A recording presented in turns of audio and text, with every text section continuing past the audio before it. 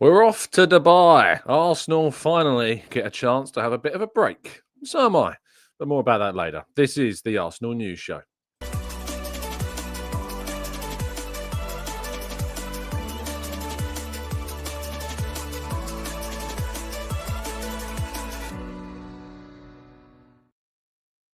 Hello and welcome to the Gooner Talk, back again with you guys and girls for another episode of what is our Arsenal News Show, joining you every single morning at 8 a.m. UK time. Thank you as always for joining me and making this a part of your morning routines. It is incredibly appreciated. I hope you are and have been doing well. I hope your week's been good. I hope you've not allowed the game against Newcastle to affect your mental health too much, of course, as well.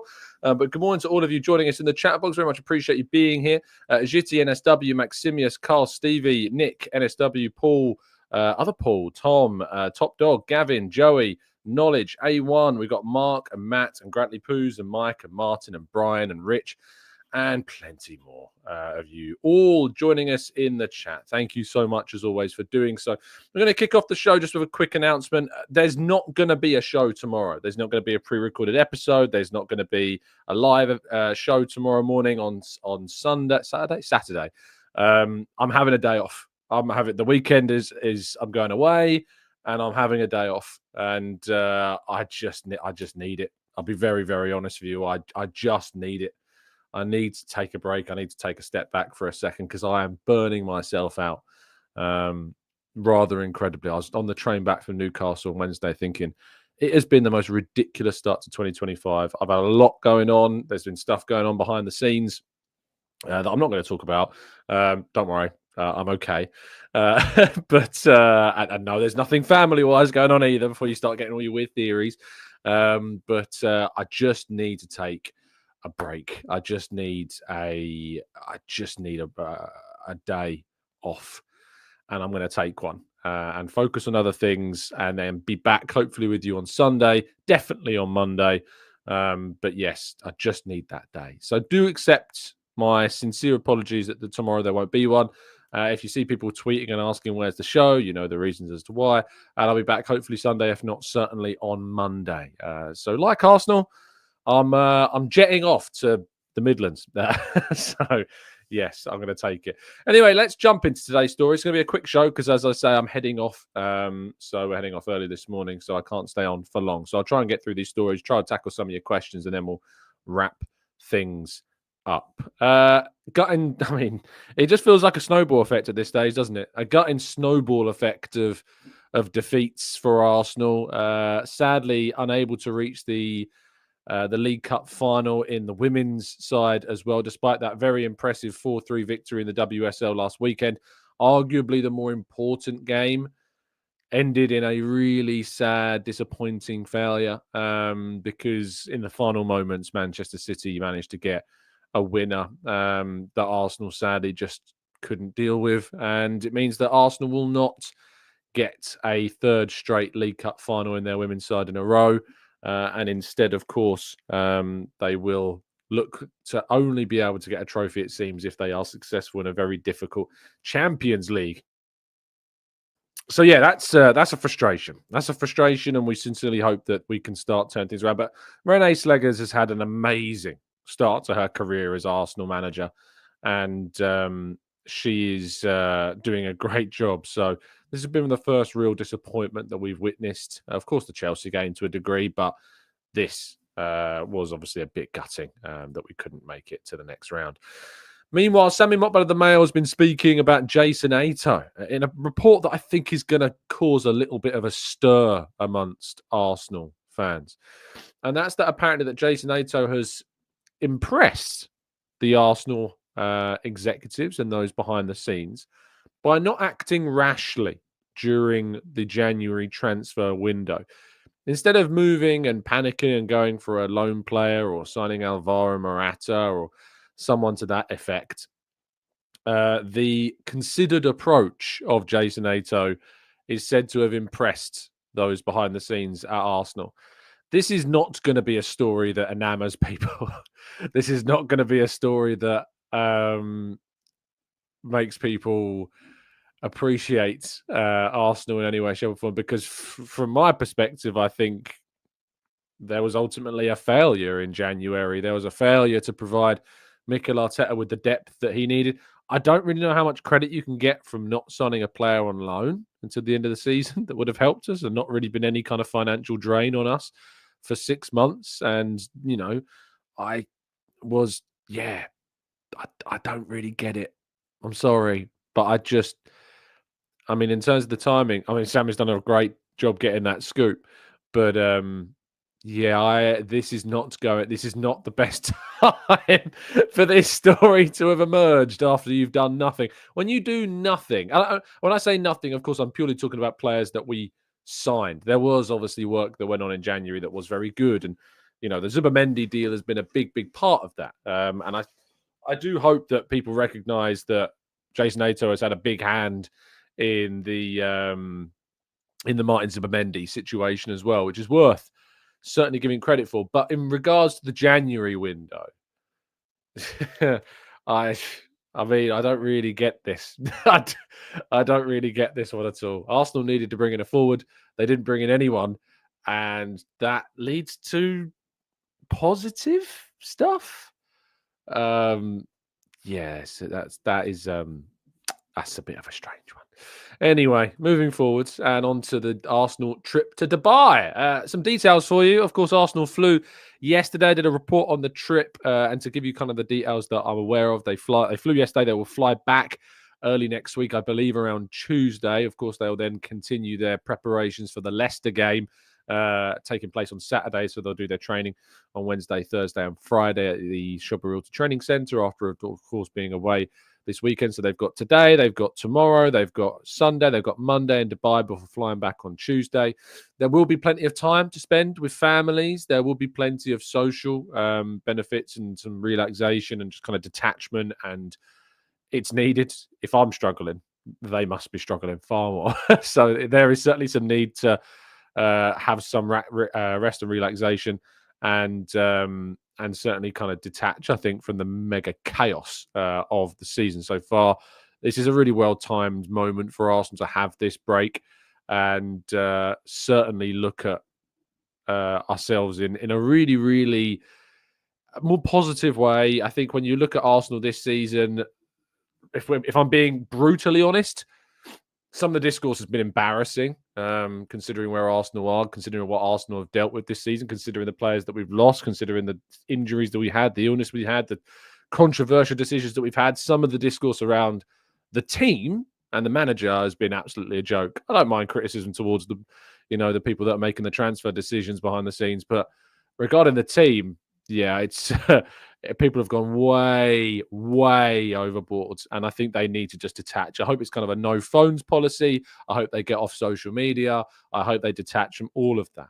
But some good news from this is that Martinelli has, of course, travelled. Now, Martinelli, we know, came off with a bit of an injury against Newcastle. The fact that he's travelling and not undergoing kind of rehab back at Colney, I think is a very positive thing to see. So hopefully his situation is not too serious. Ben White, as you can see, is also on the trip, which is also another really, really good, eventuality as well. So that's also very, very nice as well to see that Ben White is going to be returning to the Arsenal team very soon. And of course, lastly, Bukayo Saka is there, which is also a really positive sign. He won't be back, we don't think, straight after this trip. But there is obviously hope that soon after the trip, we might see Bukayo Saka back in an Arsenal shirt in March time. That's got to be the hope. Jurriën Timber, of course, was on the last trip, as was Thomas Partey. Both of them were injured at the time. They didn't both return straight after that. In fact, Timber had to wait until the last game of the season before he came back. So do take, obviously, the images of seeing these injured players with a bit of a pinch of salt. It doesn't guarantee you that suddenly they're all going to be back. But Mikel Arteta did say of Ben White that he would hope that he would be back after the break. So that's obviously very, very positive as well. Right, let's go to part two and a quick run through some of your quotes and questions right after this.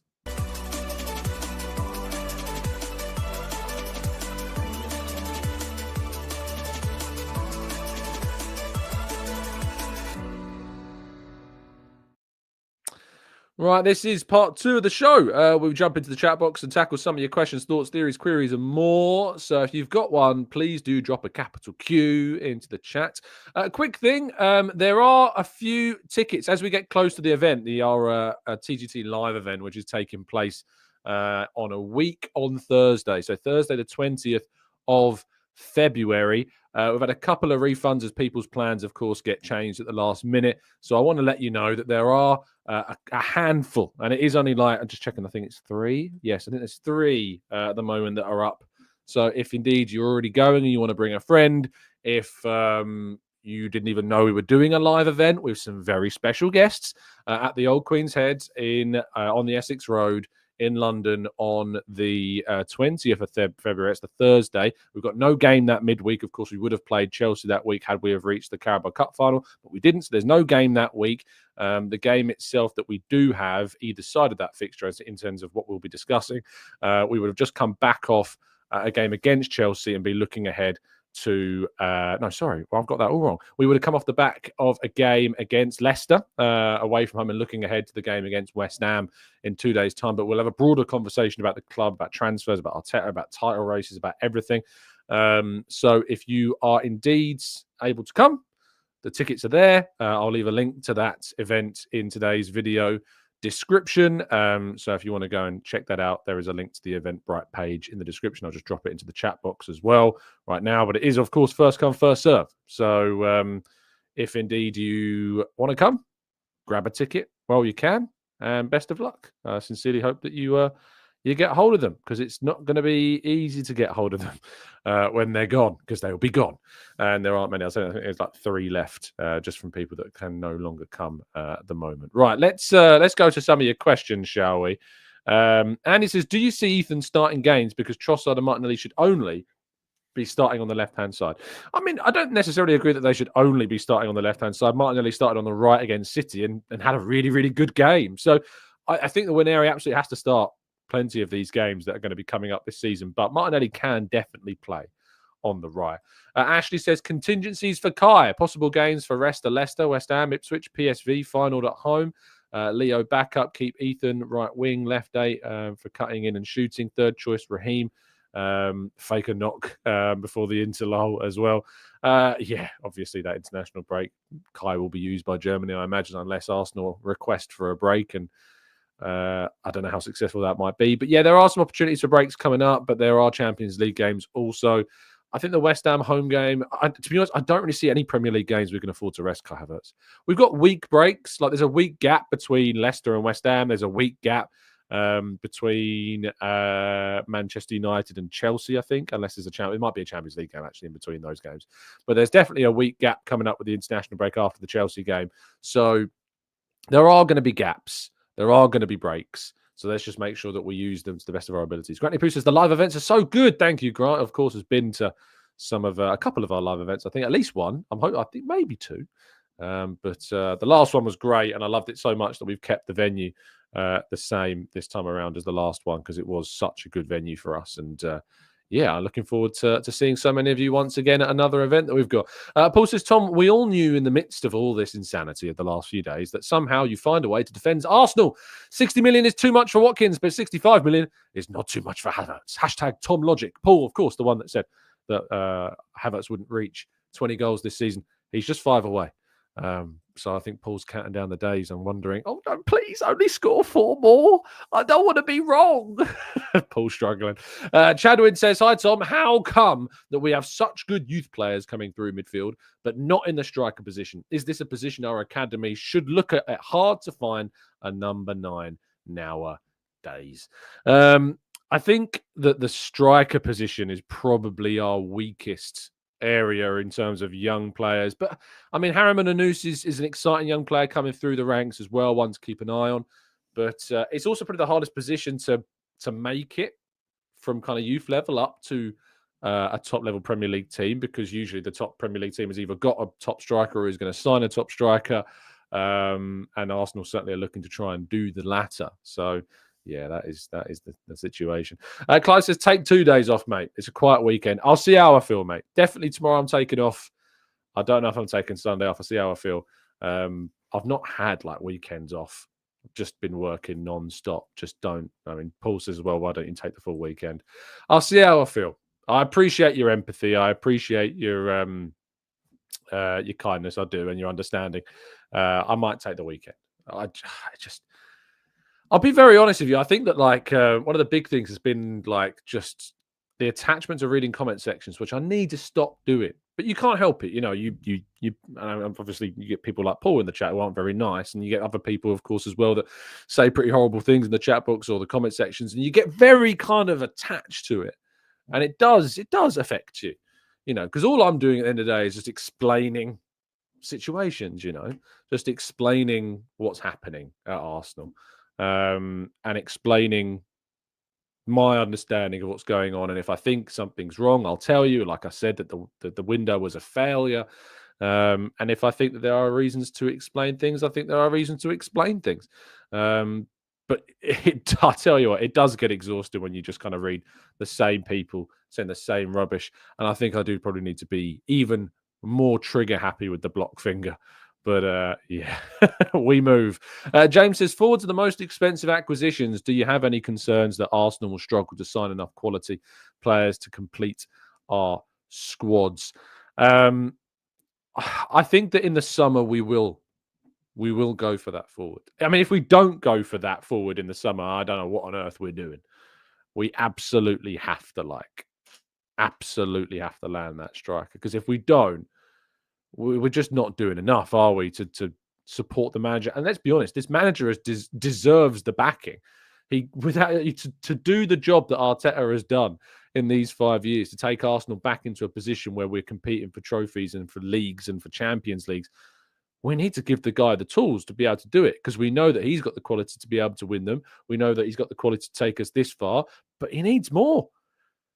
He needs more. People talk about the amount of money that's been spent under Arteta, but the only reason we've spent as much as we have, which is still less than what Pep spent since arriving at Man City, and obviously a lot less since Klopp arrived at Liverpool, is the difference is that we've had to rip up our squad and start from basically zero, other than some very exciting young players like Saka, Saliba, and Martinelli that were there at the foundation. But as we've talked about, you look at the squad that Pep inherited with De Bruyne and David Silva and company, and the list goes on, Sergio Aguero, and the squad that Klopp inherited that had only competed for the title 2 seasons or so prior, with Suarez and that, and then of course what he inherited had Coutinho in it, on top of a lot of others, which then were sold to help fund other moves. And they've done some very, very good business as well in that time. And then Arne Slot's come in and inherited a title-winning side, you know. So it's mad. It's mad. Clive says, take the weekend. You'll be better on Monday with a fresh mind. Trust this old man. I might be taking. Should I put a poll? I don't think no, I'm not going to do a poll. that was a silly idea. In my head, I was like, shall I do a poll to decide if Tom should do another show on Sunday? No, that would have been silly. Really, really silly. So yeah, I'll just listen. I'll just listen to what some of you are saying in the comment sections and stuff, and see what happens. Jamil says, do you feel that we need to win something in the next year or so? Otherwise, we have a chance of losing our top players. This is the feeling. The feeling is, if Arsenal don't win something in the next season or two, then the big players are going to have to go, aren't they? And I don't know if that's true. I don't know if we're in a situation where that's gonna happen, because at the moment we are challenging. At the moment we're in a position where if you are at Arsenal, you are at one of the best positioned clubs to win titles. No, we haven't picked up those trophies in previous seasons. But in terms of, if you're looking at the teams in the country, and you would say, who are the most likely sides to win trophies if you were to sign for them next summer? Well, you'd say Liverpool, you'd say Man City, and you'd then say Arsenal. Arsenal would be the next club that you would certainly say on that list in terms of being the most likely to pick up a trophy, because we are in the bracket of those top 3 clubs in terms of our competitiveness. You'd probably go and say Chelsea, maybe 4th after that, but even then they have slipped down the I remember when I had listeners turning around to me and saying, oh, when Enzo Maresca wins the title in his first season, well, you're not saying that anymore, because they have had a real mess of a time over the course of this winter period.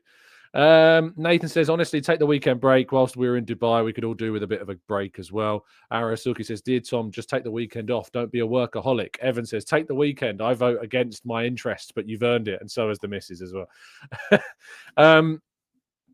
I appreciate the kind support. I think it shows the real ones that are here. I know people tune in for the transfer windows and then bounce, and that's fine. I hope you come back, of course. I hope that you return after this break. I hope that you will join me either on Sunday or Monday. There will definitely be a show Monday. I'm not taking that off as well. I'm starting to think that maybe people just want me to stop. But no, thank you for your kind words. Thank you for your comments. I will, of course, be back either Sunday or Monday. And we'll be discussing all things Arsenal in the build-up to that game against Leicester, and plenty of news, of course, that comes out over the weekend we can talk about as well. Have a fantastic weekend, people. Enjoy yourselves. Make sure you take a breath. Make sure you focus on things that matter. Because football, as I always say to you, football's just a game. They're family, friends, interests, hobbies. You need to put these first. Your own health, physical and mental. Take a real share of it. Take a moment to look after it, and I'll be back with you very, very soon to talk about all things Arsenal. So stay safe, stay well, stay happy, respectful, and as always, up the Arsenal.